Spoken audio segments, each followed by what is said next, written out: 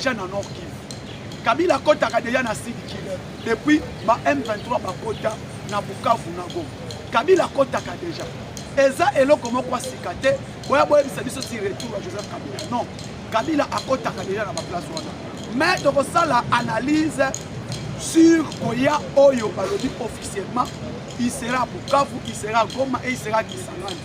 Officiellement, Abana Okotango sur les AC. Les AC sur le plan des activités clandestines. Mais pour le moment, il a officiellement dit il est maintenant de retour dans Nord Kivu et au niveau de Sud Kivu et Kisangani. Mais parlons un peu sur les situations sécuritaires. Bandeko ba Congolais, calamité, calamité. Nous sommes pas champagne, calamité. Nous sommes pas champagne. Nous sommes peut-être dimanche ou lundi. On a Sabino qui non entre dimanche, lundi, mercredi, dimanche, lundi, mardi. Toko la muka na esengo na kati ya ville ya Goma na Bukavu. Maman Jeanne, maman Jeanne, docteur Yuma Ramazani. Ata moi non ba Mustafa o alinga lobani. Toko la muka entre mukolo ya dimanche. Bola muki bomonika ete M23 ana mufunga na Bukavu. Babini Bukavu parce que le lot on a assuré dino l'armée s'est comportée très bien. L'armée vraiment s'est bien comportée au niveau de Sud Kivu, plusieurs territoires, na Minembwe, na Kalere, na Nyangezi, côté Kuna vraiment, les Wazalendo, ils ont fait un bon travail. Le travail bien fait de nos Wazalendo. Na Nyangezi, na Kalere, na Walungu, na Fizi, côté Kuna vraiment, presque sur toutes les lignes de front, les Wazalendo ont fait un bon travail avec l'armée. Parce qu'on ne peut pas dire seulement Wazalendo, parce que le FARDC, Oyo Tobenga était Basali Moussala Makasi. Na niveau Sud Kivu, na niveau Nord Kivu, vous allez comprendre sur Niramongo, sur Massissi, côté Kunape, il y a vraiment des avancées significatives. Parce que niveau Oyo, Mapinga Nabiso, Bazo pour se comporter. L'armée se comporte très bien. Vraiment, l'armée se comporte très bien.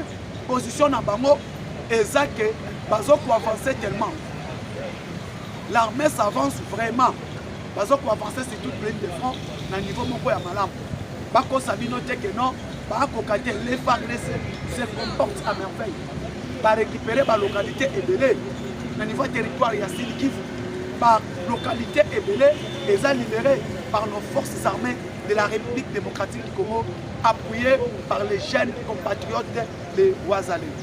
De Omoni était le lot, Nyangezi, Kalere, Walikale, Nyangezi, Kalere, Fizi, le territoire de Baraka, côté Kuna vraiment, Moussala Kitoko. Moussala Kitoko, armée et Zokosala.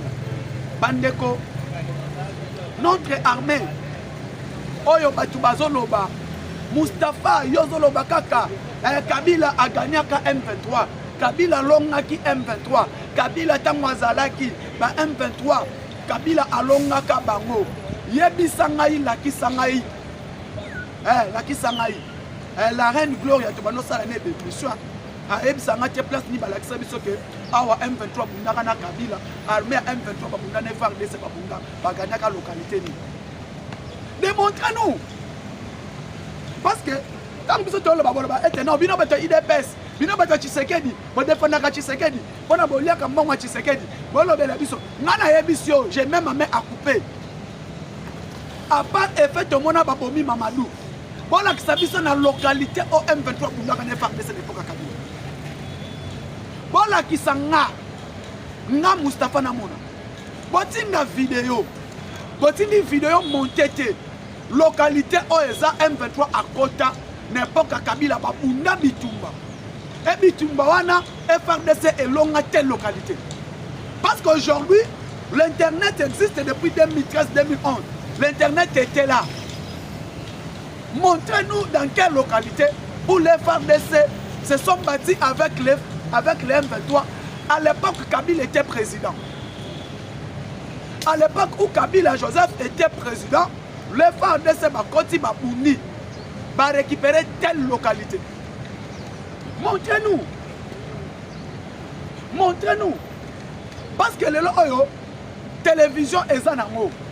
Partout au monde a été, bitumba niveau ezokende. Mais bon la gisabiso.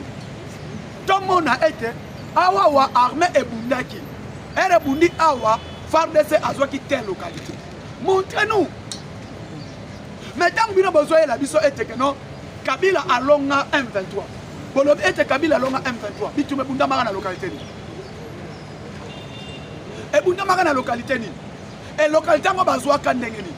Yami bale bo biso et que non, Kabila a longa ka M23. Mais tant Kabila a longa ka M23, abomaka bango bitumba sila. Les là ba M23 bazongi ndeni. Les M23 sont des retours comment? Parce qu'il a vaincu les M23. Il les a vaincus. Maintenant, aujourd'hui, ceux qui sont sur les terrains sont de qui? Sont de qui? Vous parlez des choses et son contraire. Ceux qui sont sur le terrain, puisqu'ils sont en train de faire la désolation et la mort. Babanani. Bazabanani. Parce que M23 ngo bango anakaka. Bango anakaka o lelo. Kabila atikala ko gundana ba M23 té. À l'époque Joseph Kabila dirigeait, il n'y a eu pas combat entre les M23 et les FARDC. Et tikala ko salaté. Lelo oto mona bitumba ya est niveau o ezokende. Tout le monde a été FARDC à côté. FARDC a récupéré, FARDC a avancé, FARDC a poussé. On les voit. Mais à l'époque où Kabila était président, on n'a jamais vaincu, on n'a jamais vu le guerre entre les FARDC et les M23. Il n'y a pas. Bitumba tomoni ngote. Si on bitumba tomoni ngote tolobani. Combat exacté. Mais là mutu nyonso azomona position ya armée. Mutu nyonso azomona été. Tomona combat niveau ezokende. Tout le monde a combat niveau ezokende. Yo la kisanga vidéo tindela ngai. So tindelinga vidéo, on la kisi ete que non, président Moustapha n'époque Joseph Kabila, era zalaki président comme a FARDC na M23 babundaka, ba liberaka telle localité. FARDC babundaka ba liberaka telle localité. Combat etikala kozalate. Oh lelo tozo vivre. Tomoni wazalendo azobunda na Kavumu. Parce que hier il y a eu combat toute la nuit. Boutou mobimba tola liti tola muki. Et ana bitumba na Nord Kivu. Et ça na bitumba. Et bitumba wana entre les FARDC, y compris les jeunes compatriotes, les wazalendo. Et FARDC wazalendo, bango wana nge. Bazobunda na banani, na M23, na armée rwandaise. Parce que ce qui est, quand Kabila dirigeait les pays, a vaincu les M23, aujourd'hui on ne pouvait pas parler de cette histoire des M23. Parce qu'il y a eu une négociation. Il y a eu une négociation qui s'est passée. Bolandaka yango, il y a eu accord. On parle d'un accord signé entre Joseph Kabila, y compris Paul Kagame. Il y a eu accord signé. Cet accord ne permettait que non, pas ça là, brassage na mixage. Accord où même kabiso na brassage et mixage. Mais accord où le lobo yebisa kabiso était. Oh batu ba komi koloba était Kabila alonga kabango. Kabila alonga bango. Atikala ko mundate, batikala pe ko mundate. Mais le lot moni na Calais. Combat vraiment. Total en combat na Calais. Total en combat bitumba na Nyangezi. Tomo na bitumba na Fizi. Tomo na bitumba eza na Nirangongo. Omo na ke bitumba eza accordé. Malgré que dans la diplomatie bitumba bozo bunda, mais les négociations ne manquent pas. Mais pour Kabila, à l'époque que lui était président, il n'y a eu pas les combats. Ils entrent, va récupérer le pays, va créer, va sololi. Et va sololi, va passer dans le brassage, va passer dans le mixage. Et là, on va faire les Mayangwana. Mais le combat entre les M23 et les FARDC, il n'y a eu pas. Raison pour laquelle l'armée congolaise est coupée place ouana. Armée est coupée place ouana. armée ekufi, il y a brassage, il y a mixage. Brassage, mixage, et même déficit na kati armée. Armée ekufi liwana. Et armée ekufi liwana le lobo limboye bisabiso que Kabila a vécu les M23. Je vous dis, mes frères congolais, on ne vous trompe pas manipuler binoté. Les M23 n'ont jamais été vaincus à l'époque de l'ancien président. Et Boyoïb Sangaï entraîne. Comment Moutou Oyo a bundi sa bango? Quand les mêmes Moutouana lelo a rejoindre bango. Parce que Bayambiye. N'a pas commenté et l'eau présence naye na Sud Kivu, présence na Bukavu, na Sud Kivu na Bukavu, na Mkoma tout. Ils étaient à Kendaka déjà. Depuis M23 a récupéré Goma na Bukavu. Joseph Kabila a fait combien de voyages na Goma na Bukavu? Joseph Kabila a fait combien de voyages? Parce que sa femme qui est Madame Olive Lébi, il vit comment avec les M23 na Bukavu? Boye bisangaï, ceux qui ont copé na bangote, ceux qui baïeba na quitté, ceux qui baïeba na quitté, ceux qui bazalaka na bangote. Madame Olive Lembe, asala nini na Bukavu? Bilan wa politicien est belé et baby. Yami Balé, président Félix Tshisekedi. Conseil n'a pas sa président Félix Tshisekedi. Pas comme ça a été. N'a pas collaborateur au Baza Pimbe na ye. Le président Tshisekedi, Eza yo moko vi na yo. Moi je parle seulement comme ça. Eza vi na yo moko mais c'est le président. Pas collaborateur na yo. Pas même moté que non, président Kabila a son rapport sur là. Ces gens-là sont risés. Les Tutsis sont risés. Au bon que bazonyo, ces gens vont t'amener dans une erreur grave. Aujourd'hui, vous avez libéré Thomas Lubanga, non? Thomas Lubanga, il est avec qui? Thomas Lubanga. Azana Bangwa. Thomas Lubanga, oyoyo. Bapesi héros national. Bapesi Enyo Sotou. Ambassadeur de la paix. Bapesi une mission. Une mission donnée à Thomas Lubanga. Aujourd'hui, où en sommes-nous avec Thomas Lubanga? Il rejoint les M23. La personne de Thomas Lubanga a rejoindre les M23. A rejoindre Bango. A rejoindre Bango. A rejoindre Bango Ndengeni. Thomas Lubanga Mututu Aebaki. Fachi Asalitu. Et le même Thomas Lubanga. Au président Pesaki grâce. Au président Oyambaki. Le Thomas Lubanga Azana M23. Toujours ma collaborateur na yo. Et les là collaborateurs na so ba ebisio. Tozongi sa Joseph Kabila, to solola to salaboy. Yeba yango bien, mais c'est le président et ça vie na yo mutu en danger et vie na biso na vie ya IDPS. Vie na yo na vie na biso na IDPS. Kabila est risé na nyonso. Azar risé na nyonso. Sur tous les plans, yeba yango Kabila est risé. Alors ngai na mon importance de boyem sabiso non. Président Félix Tshisekedi, oh non, Azon Misaye, Asala Boye, non. Kabila a déjà na Sud Kivu, a Kenaya na Nord Kivu. Et je l'ai dit, j'ai même ma main à couper. Je ne crois pas que le président Félix Basoli qui n'a pas sur la Ganaye. Non. Là, j'ai dit non. Mes frères congolais, quand les gens disent, quand les gens veulent comparer la gestion de Joseph Kabila et la gestion de Félix Tshisekedi sur le plan stabilité cadre macroéconomique,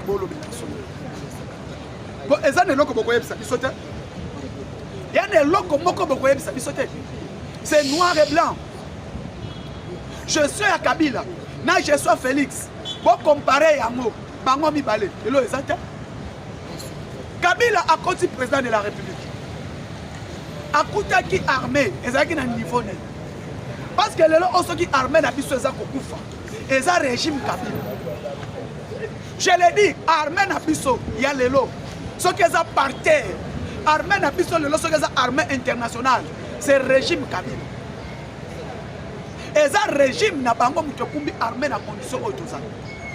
Et un régime Kabila mutomemi armé na niveau o eza. On ne parle pas des forces armées de la République, on parle de l'armée internationale. Aujourd'hui, nous n'avons pas une armée fixe, mais nous avons une armée internationale. L'armée est internationale. Parce que le FARDC, FRDC, n'existait pas. Comment il y a président de la République? Gestion na yo mobile. Tous les officiers et forces armées. Babimi na quoi moko. Et na quoi yango. Ba déplacer kabangote. Ba déplacer kabangote. En cas où rébellion moko lingo bima, obengi bango négociation. Tu es président de la République, commandant suprême. Tu gères un pays où l'armée pendant 18 ans est en embargo. Tu gères un pays pendant 18 ans, armée, et un brassage et mixage. Tu n'as jamais formé un armée fort, compétitif.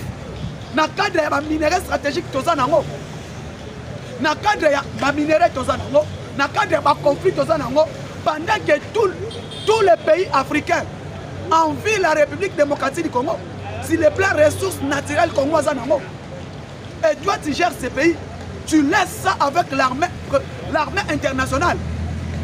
Oyo armée mobimba, botika libiso pas officier tout, ba ya Sud Kivu. Otika libiso armée mobimba, oyo yo. Sur 600 généraux, on a 450 généraux ya Sud Kivu na Nord Kivu. Otiki armée fistrée. Et ba généraux yango, oyo soki kaka. Boke papa conflit au bengi bango. Intégration, au bengi bango brassage, au bengi bango mixage. Wanande, to benga yango otike biso l'armée. Tu as formé l'armée, tu n'as pas formé l'armée. L'armée otike biso armée, il y a conflit. Armée on est toujours dans conflit. Côté yo, ba généraux y a pas Congo. Côté ba généraux y a Équateur. Côté ba généraux ni non. Prenons le cas aujourd'hui. Nous avons président Félix Tshisekedi en tant que commandant suprême. Général Gilles Banza est de l'Est, chef d'état-major général. Luboya Kachama Joli à Kolandaye, soit général Luboya Kachama Joli, chef d'état-major général. Suivi de général Banza Mouila. Oh, parlons un peu. Le chef d'état-major général est de l'Est. Le chef d'état-major général adjoint est de l'Est. Dans l'état-major général, comment l'orientation est armée? Pendant que chef d'état-major général Azala Moutaouti na STT, Azala Moutaouti na centre.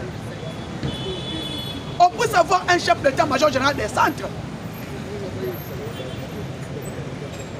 Général Luboya. Encore une fois, vous allez mieux placé à gérer l'état-major général. Général Okito, encore une fois, vous allez mieux placé à gérer l'état-major général.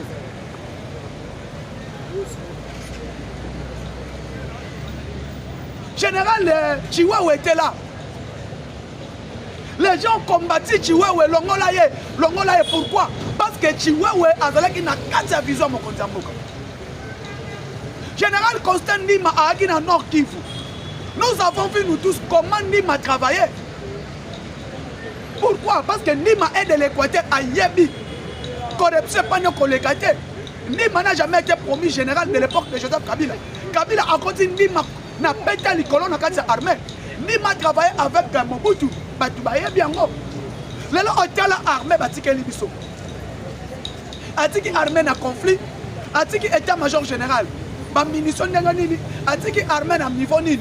Et lelo les gens veulent nous dire que Kabila Kutu era Zalaki alonga M23 alonga ngona mbutu to na moyi. Ba bisabiso. Ba officier tout ba meka côté le man époque na aninga bango. Et lelo bo bisabiso Joseph Kabila de retour. Kabila de retour, Kabila Bossanani. Joseph Kabila de retour, Akenda Wapi. Joseph Kabila de retour, Akenda Wapi. Azalaki Wapi. Panazoa Bisabino Kabila Ayaka Sud Kivu, Ayaka Nord Kivu. Sa femme séjourne na Bukavu. Na M23. Baba Bisabisoni. Tshisekedi wana banda kota dollar et matakaka. Papa, Joseph Kabila en 2001, Moussa Koufi, a coûté $100, 4 000 francs congolais. A dit que $100, on a 16 000 francs. Inflation combien de pourcents? Inflation, il y a combien de pourcents? Félix Tshisekedi aïe. Inflation salami, a coûté 17 000, inflation 50%. Mais Kabila a fait inflation de 1000%. Dans Mboka Ol, ceux qui sont des économistes, c'est Bakoye Bango. Moussa Laurent Désiré Kabila, $100, 100 francs. A Koufi, $100, 4 000 francs congolais. Il a laissé l'inflation en Ndengeni. Vous voulez nous parler de Joseph Kabila qui sera de retour. Il a laissé l'armée dans quel état? A dit que la police congolaise n'a état nini. Il y a salaire à combien? Pour mettre la tolo à Kabila. Les soldats ont mis tolo avec Tshisekedi à un hôpital, à une école à Malunga, pas dans un batanga, pas foutre ma soldat qui toko. Bon, il m'a dit son nini ici Kabila. Oh, nous avons négocié dans les rebelles. Nous avons négocié parce que M23 est ça et l'autre qu'on a bango. Et l'autre comme on dit, il n'y a aucune leçon de nous donner. Parce que les autres yebi réalité en Mboka niveau Zokebe. Réalité en Mboka niveau Zokebe. Le seul président de la République a dit non, na Kagame, c'est Tshisekedi. Le seul président de la République a dit non, n'a pas partagé minerai à Congo té, n'a pas tetel, c'est Tshisekedi. Boya ko yebi sabi sote que non, oh biso boyete, exact. Bande ko ba Congolais le lo oyo to lo bela pe. Ba toyo ba distinguer na régime ya Tshisekedi et puis na kati ya gouvernement. Ya maman Julie Soumino à Toulouka. Mes frères congolais de la République, aujourd'hui on ne vous trompe pas. Les meilleurs ministres en finance au Congo à Tikala Kozouate. Les meilleurs ministres en finance au Congo à Tikala Kozouate. Les meilleurs ministres en finance. N'a pas qui tout de travailler dans Bango tout Baleki. Comment ça n'a été? Parce que la République démocratique du Congo, qui est tel ministre, qui est tel ministre? Régime Tshisekedi l'équipe au Toza. Tozui, premier mandat Félix Tobani, deuxième mandat. Tokuti Mboka, on a inflation, il y a 1000%. Cadre macroéconomique, bilan extraverti. Inflation, il y a 1000%. Mais Doudou Fouamba a eu zéro inflation. Doudou Fouamba. Zéro inflation. 0,0 inflation. À coût de dollars, on a 28 000 stabilité macroéconomique. Avec Doudou Fouamba, il y a la stabilité des cadres macroéconomiques. Taux d'échange, 28 000, si les lots. À Kangi hémorragie, à stabiliser monnaie, à multiplier salaire à ce soldat militaire, et à Souminois. Souminois, sous l'orientation du chef de l'État, coordonné par le ministre, Excellence, Monsieur le ministre des Finances, Doudou Fouamba, le Pakebo, Excellence, ministre des Finances, à Kouti, Banda à Kouti, zéro dette extérieure, depuis un ministère des Finances. Banda à un ministère des Finances, cadre économique n'a pas besoin qui toko, à financer guerre, à Somba Babindouki, à Foutaba Soda, à temps réel. Il s'appelle Doudou Fouamba. Banda bafandi na premier ministre oyo boye bisanga plus inflation ezali wa bon boye sabiso que non gouvernement soumis nos salate mais ministre de finance na biso excellence Doudou Fouamba ana gouvernement ya nani ya Judith Soumino Atuluka to lobani to betela bango maboko to moni na cadre de commerce extérieur na cadre de commerce extérieur nani akoye bisanga depuis Congo existant un bon manager comme premier ministre Judith Soumino Atuluka. Total na loboko ya mobali na ye. Tokuti kuna ministre na biso. Ya commerce extérieur na komba papa Julien Palou. Excellence Julien Palou. Kaonga. Négociation libanda mboka kitoko. Parce que yé nazo gérer économie en mboka libanda. Babenga ngo ministère de commerce extérieur. Sur les achats à l'extérieur. Akuti numéro na biso import et export. Ba falsifier ba utiliser kango na ba miyibi. Mais ailleurs, après cette orientation, le lot de bloquer ma mihi du tout. Maintenant, on utilise le numéro import et export à Congo. Ailleurs, côté les la contrebande. Ailleurs, côté les la kiboyi du tout. Et le lot minéré à Congo, et ça n'a valeur libanda. ton ya cobalt oyo bakitisaki yango mpona kimoyibi ton na cuivre lelo oyo minerai ya Congo lelo oyo management ya Congo libanda efandi mutu afandisi yango seki cet homme de Julien Paluku Kahonga le ministre du commerce extérieur tomoni bango na Abu Dhabi na premier ministre il a accompagné le premier ministre tomoni discours ya mokonzi ya premier ministre tolandi Julien Paluku expone contre la République démocratique du Congo. Nous avons vu ce que cet homme fait. Julien Paluku a coûté commerce extérieur bazakana piscité chez automobile des athées. A coûté commerce extérieur bazakana immobilière té. Mais le commerce extérieur nabiso immobilière ezali. Grâce à papa nabiso excellence le ministre du commerce extérieur Julien Paluku Kahonga. Tolongwa wana tomoni kaka na régime à Tshisekedi. Va travailler. Mais là, stabilité, ce que ça. Il y a quelqu'un qui coordonne les affaires. Et nous devons coordonner les affaires. Toi, la réalité, vous comprenez. Il faut qu'on nettoie. Tout le monde est il faut qu'on l'ongole qui moïbe tout. On a vu des takas de bâches de pointe. Cet homme qu'on appelle Gilles Alingete. Oh, Alingaka Mboka. Balinga Mboka, mais Balinga Mboka, Gilles Alingete. Gilles Alingete oyo aye babenga e Kanga Moïbi tous les voleurs de la République ba Kanga et mutozo Kanga bango c'est qui cet homme de Gilles Alingete le tolani les 14% matata ozo loba ke funda premier ministre de l'Assemblée nationale mais ayebisa biso mbongo pour Kanga Lonzo Gilles Alingete aloba affronter bango qu'est-ce que matata fait il a fui et le Gilles Alingete o aye lutte contre la corruption par terre. Aïe qu'on balir lutte contre la corruption. À tel yango contrôle a priori contrôle patrouille financière. Mais et permettre le bisoto matza sur l'État. Par dépassement budgétaire. Elle rappelle si orientation par ministre des Finances. Que pour tout lutter dans mon solo, par dépassement budgétaire et ça les masoutés. Les urgences oh et maneko bimamon ya ba urgence. Ba kata ba urgence. Ministre tout a respecté bandina a respecté orientation mon compte. Et le retour ya patrouille financière. Tout le monde lancement nango, tout le monde lutte contre la corruption, musala ozo sala. Et mutu ozo loba, mutu ozo téléméla, s'appelle Gilles Alingete. Et Gilles Alingete wana, ba ministre tout, ba détourner nyoso en mboka, bazo kodika été, bazo combattre ye, ba combattre ye pourquoi? Et na batu ba ke pas président, ba ke kofunda pas président longola Gilles Alingete. Toye diamo. Et Fachi atuni bango mutu bo téléméla asali binoni. Pourquoi? Parce que ba benge Cléboa.